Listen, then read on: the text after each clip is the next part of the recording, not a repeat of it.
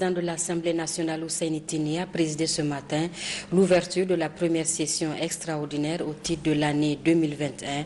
La cérémonie a enregistré la présence du Premier ministre chef du gouvernement, des présidents des institutions de la République et de plusieurs autres personnalités. Le résumé avec Lawali Moutari Menassara et Yazira Bio.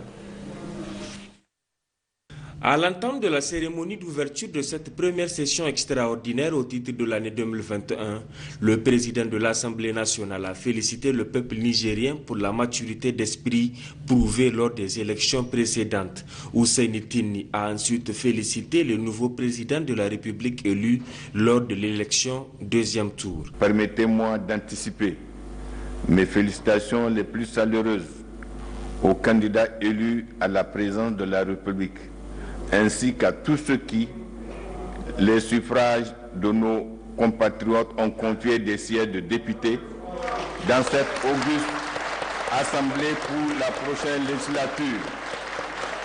À tous les autres candidats que la fortune n'a pas favorisés, je demande de prendre patience et de s'en remettre à la volonté du Tout-Puissant. En attendant le prochain cycle électoral, la représentation nationale, par le biais de son responsable, a également rendu hommage au président de la République, Issoufou Mahamadou, pour tous les efforts accomplis durant ces 10 années. Pour l'heure, je voudrais, au nom de l'ensemble des députés, rendre hommage au président de la République sortant pour tout ce qu'il a permis à notre pays d'accomplir en une décennie. Cela est évident dans tous les domaines.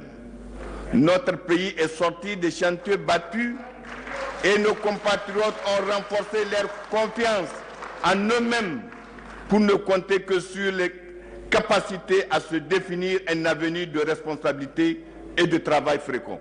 Il a ensuite fustigé les récents actes de vandalisme qui ont marqué la ville de Niamey. La nation tout entière condamne les récentes manifestations post-électorales violentes, marquées par le pillage et le vandalisme, qui sont tout le contraire des principes démocratiques et qui remettent en cause la cohésion et l'unité nationale tant prônée par l'Assemblée nationale. Après l'ouverture de la cérémonie qui a enregistré la présence du Premier ministre chef du gouvernement et autres personnalités, le président de l'Assemblée nationale a enfin présidé la conférence des présidents. Peu après, les parlementaires se sont réunis en plénière où, avant de procéder à l'examen et à l'adoption des projets d'ordre du jour et du calendrier des travaux, ils ont prononcé une fatia pour le repos des âmes des 2 députés décédés, notamment Yahya Kanta et Joumassi Dandadi. Cela dit, le comité directeur de l'Union des scolaires nigériens a rendu public ce matin à son siège une déclaration qui fait suite à la séance extraordinaire tenue ce jour 1er mars 2021 au lendemain de l'élection présidentielle deuxième tour à l'effet d'examiner la situation sociopolitique nationale et rappeler sa plateforme revendicative minimale. Abdelkarim Mambarmou et Imran Boubacar Meiga.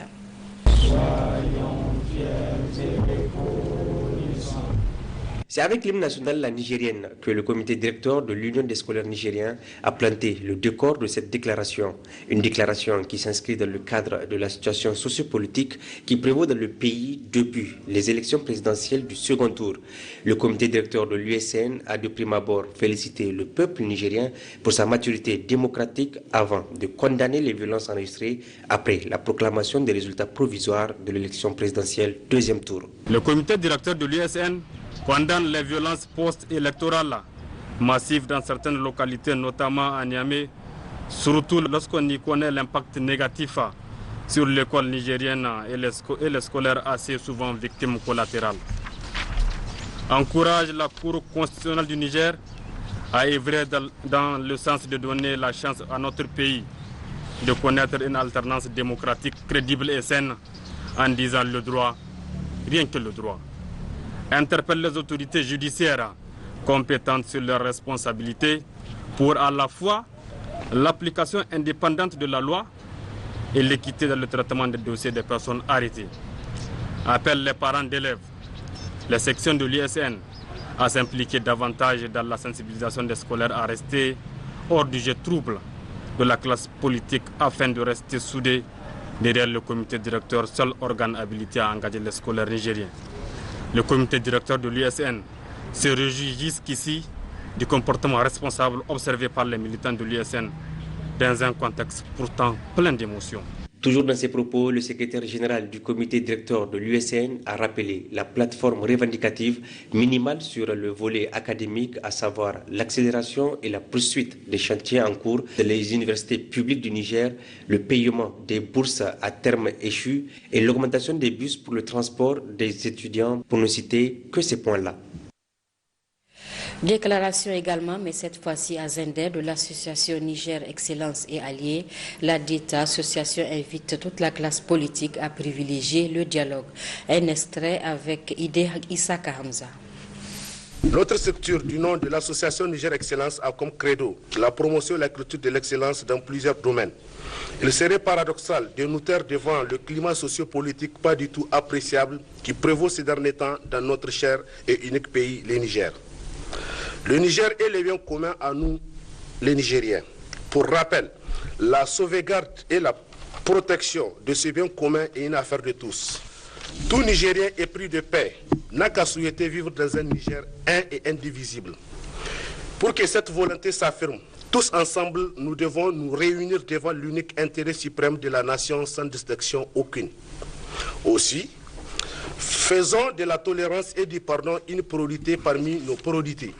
À ce niveau, nous, Association Niger Excellence pour la paix et l'unité nationale, invitons toute la classe politique de notre pays déléguée à nous autres un lendemain paisible. Le querelle politicienne ne nous avance en rien. Le dialogue est le seul moyen à privilégier entre frères et sœurs. Même notre religion, qui est l'islam, nous invite de nous asseoir pour se parler. Par ailleurs, notre association salue le président Mahamadou Ousmane, arrivé deuxième au scrutin présidentiel premier tour et finaliste à l'élection toujours de la magistrature suprême pour son sens élevé des responsabilités. Niger Excellence et Alliés rendent un hommage mérité, digne de nom au président sortant, El Hadji Issoufou Mahamadou, d'avoir tenu à sa parole concernant l'organisation des élections libres et inclusives. Cette prouesse réussie fait du Niger aujourd'hui, de par le monde entier, un pays amorçant une assise véritable de la démocratie. Et fait ainsi du Niger désormais un pays qui vient de rentrer dans la cour des nations citées des grandes démocraties. Rendons aussi un hommage soutenu à l'endroit de la grande majorité de la population nigérienne qui s'est abstenue à toutes sortes de violences ou actes de vandalisme. Présentons également nos condoléances aux parents de 2 victimes lors de la manifestation ou des manifestations passées à Niamey. Nos compassions envers dont leurs biens ont été saccagés. Pour finir, nos vifs remerciements en direction de nos chefs traditionnels et le leader religieux pour les multiples et multiformes efforts sans cesse fournis dans le cadre de la sauvegarde, de la promotion de l'unité nationale et de la solidarité. L'ONG Femmes Action et Développement FAD s'est aussi prononcée sur le processus électoral 2020-2021 au Niger. Il ressort de cette déclaration une participation massive des femmes aux différents scrutins. Les échos avec Hamsatou Mahamadou et Hamidou Abdoulaye. L'ONG Femmes Action et Développement FAD, qui œuvre pour la promotion des droits des femmes dans le contexte démocratique, a suivi avec intérêt le processus électoral lors des élections municipales, législatives et présidentielles premier et deuxième tours. L'objectif est de faire ressortir les indicateurs relatifs à la participation des femmes.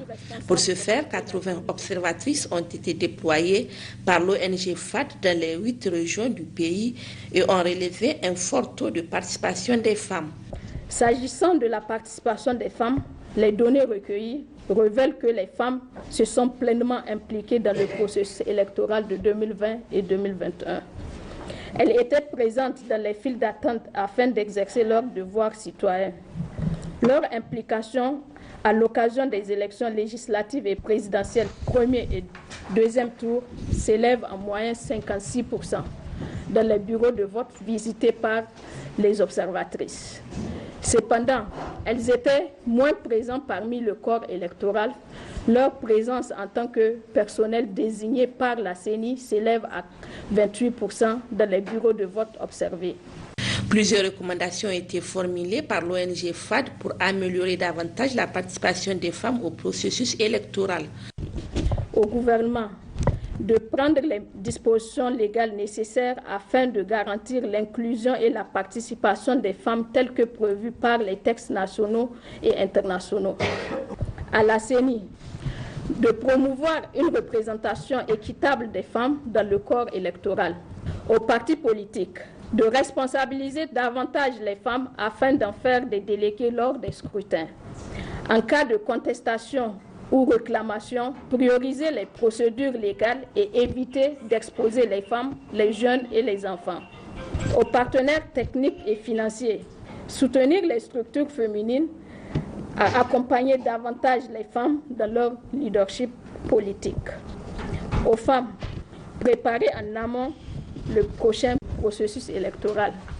Au terme de cette déclaration, l'ONG FAD a félicité tous les partis politiques et candidats, en particulier les femmes candidates aux différents scrutins.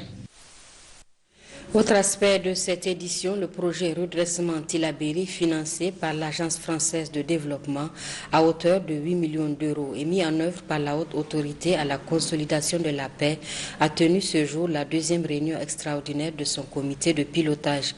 L'état de mise en œuvre de ce projet a été au centre de cette rencontre présidée par le président de la HACP en présence du directeur de l'AFD et du gouverneur et des maires bénéficiaires du dit projet, Gérard Abdelaziz et Hassan Moussa. Faire l'état des lieux de la mise en œuvre par la haute autorité à la consolidation de la paix HACP du projet redressement Tillabéri financé par l'Agence française de développement AFD, tel est le but visé par cette réunion extraordinaire du comité de pilotage du dit projet. Il s'agit de faire l'état d'avancement au 31 janvier 2021, analyser le bilan financier, échanger sur le contexte sécuritaire et les difficultés de mise en œuvre du projet, et présenter la planification annuelle 2021-2022. Et enfin, proposer des recommandations pour une meilleure mise en œuvre du projet. Une étude diagnostique a été réalisée pour identifier les besoins en AGR des jeunes et les différents sites d'implantation des infrastructures qui restent à réaliser. Les résultats de l'étude vous seront également présentés à l'occasion de cette réunion. À l'issue de la présentation de ces résultats, nous attendons à ce que les maires apportent des compléments et des précisions sur les choix des différents sites. À travers le projet redressement Tillabéri, l'AFD qui le finance à hauteur de 8 millions d'euros veut contribuer à la stabilisation de cette partie du Niger située dans la zone des trois frontières Mali, Burkina Faso, Niger, en proie à l'insécurité persistante. Ce projet est aussi important parce qu'il entre dans un agenda politique commun entre la France, l'Europe et le Niger. Pas que le Niger, les pays du G5, suite au sommet de N'Djamena, qui a eu lieu il y a quelques jours, et où les engagements sont pris entre la communauté internationale, la communauté européenne, la France en particulier, et les États du G5 et l'État du Niger en particulier, pour essayer d'amener plus de services aux populations, de ramener un peu plus de présence des administrations ou de délégations d'administration dans les territoires qui en ont besoin. Et notre projet, je pense, contribue tout à fait à cette réponse. Donc il entre en résonance avec cet agenda qui va nous amener à faire ce qui est prévu dans le redressement de Tillabéri qui n'a pas encore été fait. Pour ce qui a été déjà fait et qui a été concluant, on peut citer entre autres la réalisation de plusieurs complexes de paix qui comprennent entre autres d'importantes infrastructures hydrauliques et récemment des audiences foraines d'établissements de pièces d'état civil. Le projet redressement Tillabéri, démarré en décembre 2018 pour une durée de 36 mois, intervient dans 9 communes de Tillabéri. C'est l'un des 4 projets mis en œuvre par la HACP que l'AFD finance pour une enveloppe globale de 26 millions d'euros. À Dosso, le préfet de Dogandouchi, Munkaïl Sorka, a procédé hier dans les communes de Matankari et d'Ankassari à la remise officielle des prix aux meilleurs paysans qui pratiquent la régénération naturelle assistée. Travaux exécutés sous la supervision du projet Les communautés reverdissent le Sahel. La cérémonie s'est déroulée en présence de plusieurs invités, Rachida Nawada et Habib Bako. Le projet Les communautés reverdissent le Sahel, l'un des partenaires au développement à la base du département de Dogandouchi. Il est financé par DOB Écologie, une fondation néerlandaise parrainée par l'ONG BOFN en partenariat avec 3 pays du Sahel, notamment le Sénégal, le Niger et le Burkina. Au Niger, ce projet est mis en œuvre par le CRESA à la faculté d'agronomie de l'université Abdou Moumouni en collaboration avec l'Institut national de la recherche agronomique du Niger, INERA. Aujourd'hui, la pratique de la régénération naturelle assistée a dépassé les frontières du Niger et est en train de gagner effectivement le Sahel. Et le Niger est un laboratoire de cette pratique d'agroforesterie qui s'appelle la régénération naturelle assistée. De notre côté, ici, nous sommes en train de chercher à comment promouvoir davantage cette régénération naturelle assistée en créant des synergies avec des partenaires aussi qui sont dans le même domaine d'intervention dans le cadre de la pratique de la régénération naturelle assistée. Nous sommes en train d'intervenir dans le département de Dogon-Touchi à travers les communes par exemple de Dogon-Kiria, Soukoutan, Matankari, Kéché, Dankassari et maintenant dans le département de Koni, nous sommes au niveau donc de la commune de Alela et au niveau du département de Lela, Tawa, nous sommes au niveau de la commune rurale de Tajaï. Ce projet vient de procéder dans les communes de Dankassar et Matankari à la remise des prix au profit des meilleurs paysans pratiquant la régénération naturelle assistée. Dans l'allocution prononcée pour la circonstance, le préfet de Dogandouchi, Munkaïl Sorka, a rendu un hommage mérité à ses partenaires qui œuvrent à l'amélioration des conditions de vie des vaillants producteurs agricoles. Nous avons été témoins de la réussite de cette politique de régénération naturelle, particulièrement à Dogon-Kiria, où cette activité a été d'une grande réussite. Sur le terrain, où une femme qui avait un champ où elle produisait à peine 10 bottes de mil, mais qu'elle ait pratiqué la régénération naturelle assistée, elle est partie jusqu'à plus de 100 bottes. Quant au directeur départemental de l'environnement, également président du jury, nous explique ici les critères d'évaluation de ce concours lancé le 20 septembre 2020. Au niveau de Dankassari, on a recensé 240 candidats au concours de la RNA. À la présélection, il y a eu 63 et à la sélection définitive, il y a eu 21 bénéficiaires, dont une femme. Au niveau de Matankari, on a fait les mêmes étapes d'identification des candidats au concours.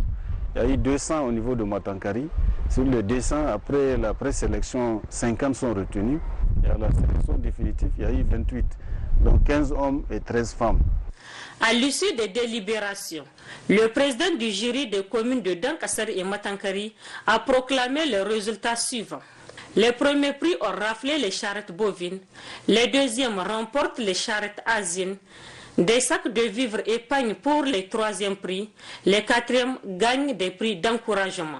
Par la suite est intervenue la remise officielle de ces prix aux bénéficiaires, qui, la joie à peine contenue, remercie le généreux donateur.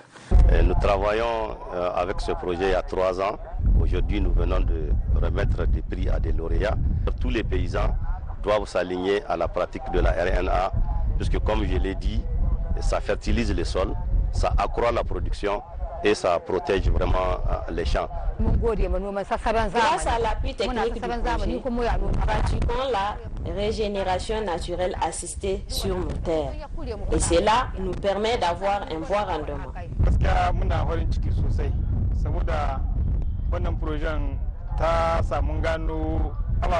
Le projet nous a bien encadrés en matière de la pratique de la régénération naturelle assistée.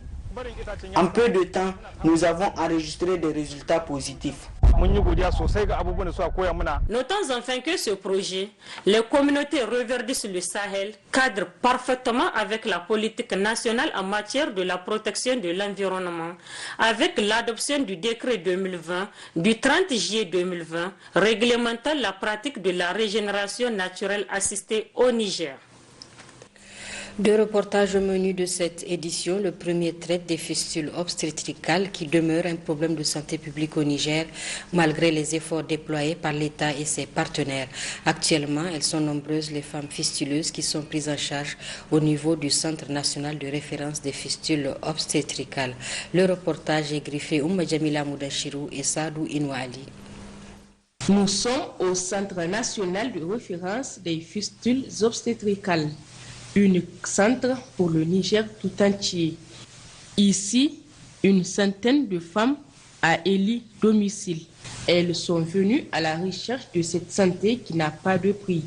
Pour cela, c'est ici, dans cet espace aménagé, qu'elles ont accepté de vivre pour être prises en charge. Leur séjour au niveau de ce centre est gratuit et varie de 2 mois à plusieurs années en fonction des cas. Je totalise 6 accouchements et c'est justement au 6e que j'ai eu cette maladie. Pour l'accouchement qui m'a causé la fistule, le travail a été laborieux.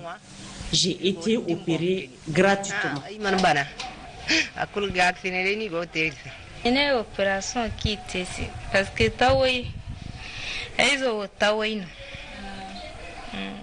mon problème fait suite à une césarienne. J'avais eu des jumeaux, dont un par voie basse et l'autre par césarienne. C'est mon 3e accouchement. Les gens autour de moi ont commencé à dire qu'ils n'ont jamais entendu parler de cette maladie auparavant. Moi également, je ne connaissais pas la fistule.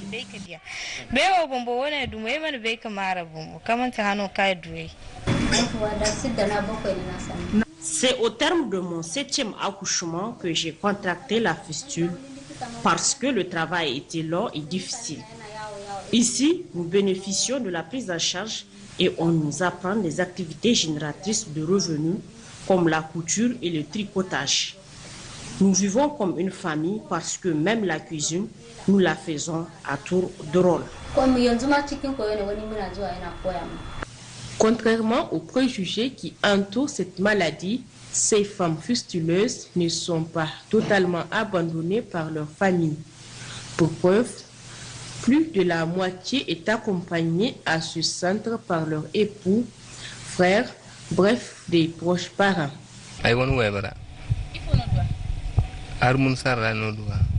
J'ai conduit ma femme fistuleuse à ce centre. C'est la 2e fois qu'elle séjourne ici. Sa première fistule est due à un accouchement difficile et mal pris en charge par le personnel du centre de santé qui nous a accueillis.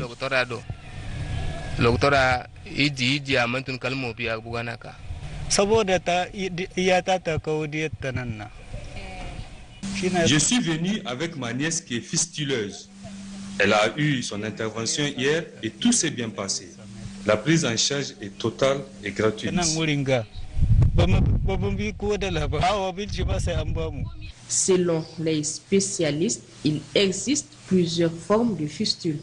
Les fistules obstétricales, normalement, ce sont des communications entre l'appareil génital et l'appareil urinaire chez la femme après un accouchement. Donc, actuellement, on peut considérer qu'au-delà de la fistule obstétricale, il y a d'autres formes de fistules. Donc, c'est pour lesquelles on a généralisé le nom en termes de fistule génitale féminine. Donc, toute forme de communication acquise et même congénitale entre l'appareil génital à un niveau quelconque et l'appareil urinaire, surtout le bas appareil urinaire. C'est-à-dire que la partie basse de l'appareil urinaire et aussi la partie basse de l'appareil digestif, à savoir le rectum. Donc, ce qui nous permet d'avoir des fistules qu'on peut appeler les fistules vésico-vaginales entre la vessie et le vagin, et les fistules recto-vaginales entre le rectum et le vagin. Au Niger, comme un peu partout dans les pays en développement, c'est surtout les accouchements difficiles, prolongés, mal pris en charge. Maintenant, à côté de ça, on a les fistules qu'on appelle iatrogènes, c'est-à-dire que des femmes qui viennent, qui ont quelques problèmes gynécologiques, par exemple un fibrom, il faut enlever l'utérus et ça peut se solder. C'est rare, mais ça existe, par des fistules. Et il y a aussi des cas de fistules, surtout chez nous, où, par exemple, les gens font des pratiques traditionnelles, telles que le yankin gouria ou le yankin gishiri. Et malheureusement, le wanzam, donc le tradit praticien, touche le système urinaire de la femme et peut se manifester par des pertes d'urine. Il est également possible de limiter la propagation des fistules en prenant certaines dispositions. Si c'est obstétrical, c'est-à-dire qu'il faut nécessairement que les femmes, pendant le travail d'accouchement, aient accès à un service de maternité de qualité. Donc le service doit être disponible, le service doit être accessible à ces femmes. Et aussi ces femmes et la communauté sont prêts aussi à fréquenter ces services. Et comme ça, il n'y a aucun problème, on peut éviter ça.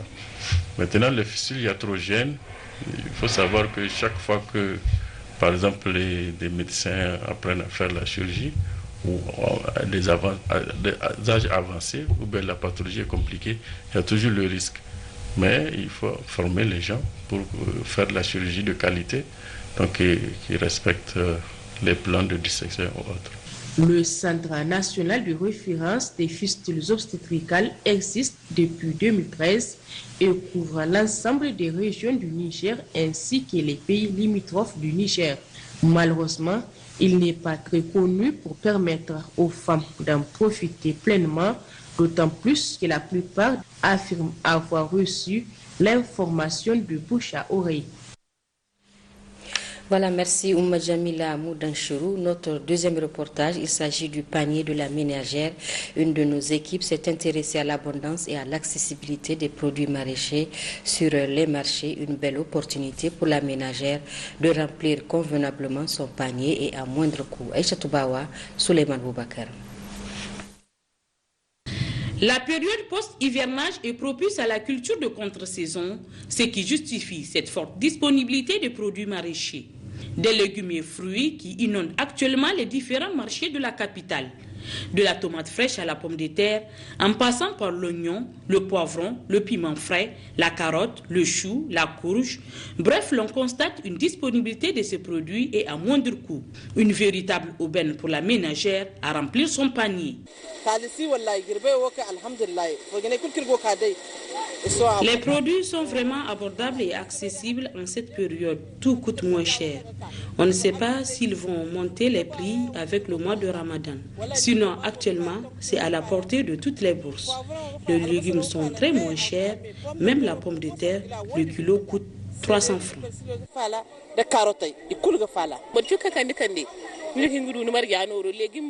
Quelle qu'en soit ta bourse, tu peux remplir ton panier car tout est accessible. Les légumes sont abordables. En grande partie, ces produits proviennent de nos maraîchers locaux, ce qui explique leur accessibilité. C'est la période maintenant, c'est pourquoi il y a une forte abondance. C'est la production locale, le sac de choux est à 3 000 francs, celui du concombre à 5 000 francs et la tomate fraîche, le petit carton coûte 2 000 francs et le grand 4 000 francs. Tomati cartoni, akwai rabi jaka biyu, babba jaka hudu. Les légumes proviennent de nos maraîchers locaux et du Nigeria. Le piment frais et l'oignon nous viennent du Nigeria. Quant au concombre, l'aubergine et les choux sont produits ici. Les produits maraîchers locaux sont disponibles en grande quantité sur les marchés. Il reste aux ménagères d'en profiter en utilisant des méthodes adéquates de conservation pour une utilisation à long terme. Et ce journal se referme. Merci d'avoir été des nôtres et bonne réception quant à la suite de nos programmes. Bonsoir.